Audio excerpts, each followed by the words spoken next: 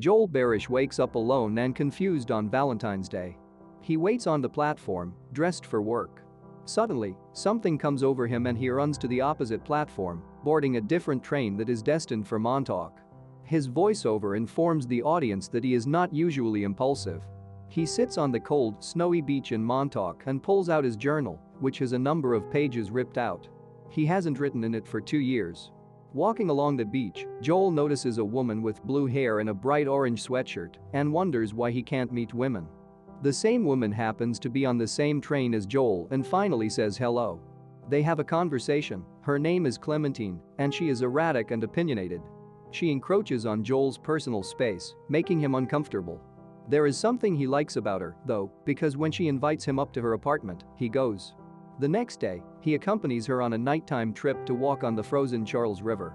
There is something brewing between them. Cut to Joel in his car, bawling. It is unclear when or how this happened.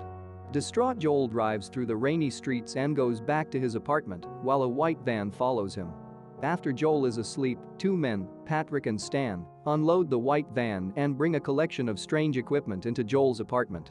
Inside Joel's mind, he remembers telling his friends Rob and Carrey about his attempt to make up with Clementine.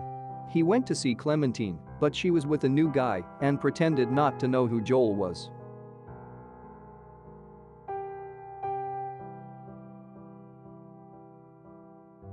Rob and Carrey reluctantly show Joel a card they received in the mail from Lacuna Incorporated, telling them that Clementine has had Joel erased from her memory. Joel is angry and upset and barges into Dr. Mierzwiak's office at Lacuna, demanding to have the procedure himself. Dr. Mierzwiak asks Joel to bring in all the items that remind him of Clementine, which he and Stan use to create a map of Clementine in Joel's mind.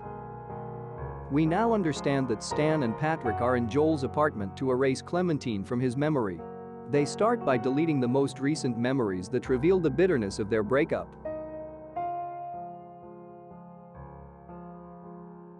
Meanwhile, though he is asleep, Joel is lucid enough to hear Patrick tell Stan that he has been using Joel's things to woo Clementine.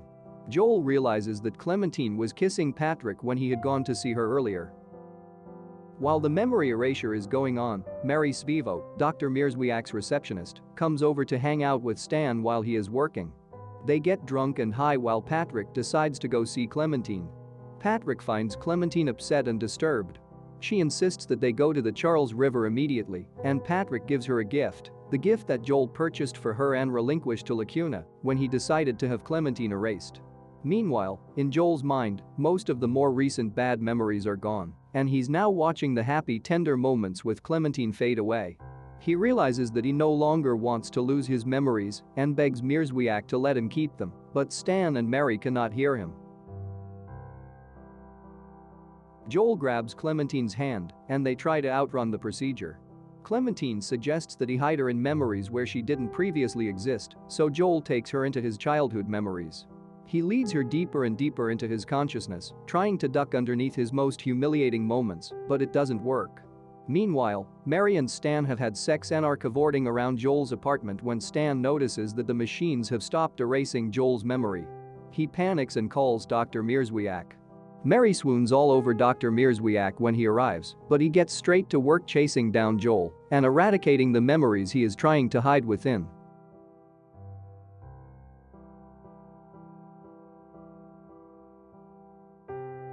Stan goes for a walk, and while he is gone, Mary kisses Dr. Mierzwiak. Mrs. Mierzwiak drives up at that moment and witnesses the coupling. Dr. Mierzwiak tries to explain the situation to his wife, and Mary insists that she was the instigator. Mrs. Mierzwiak, however, is not moved and tells Mary that she and Dr. Mierzwiak have already had an affair.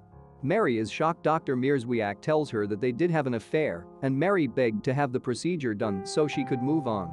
Joel, still unconscious, is now experiencing the memories of his first meetings with Clementine. They met during a beach party in Montauk, and Clementine wanted him to break into a house with her.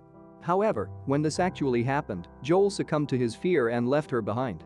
Knowing that this memory is their last, Clementine begs him to stay this time. As the memory fades away, Clementine whispers, "Meet me in Montauk."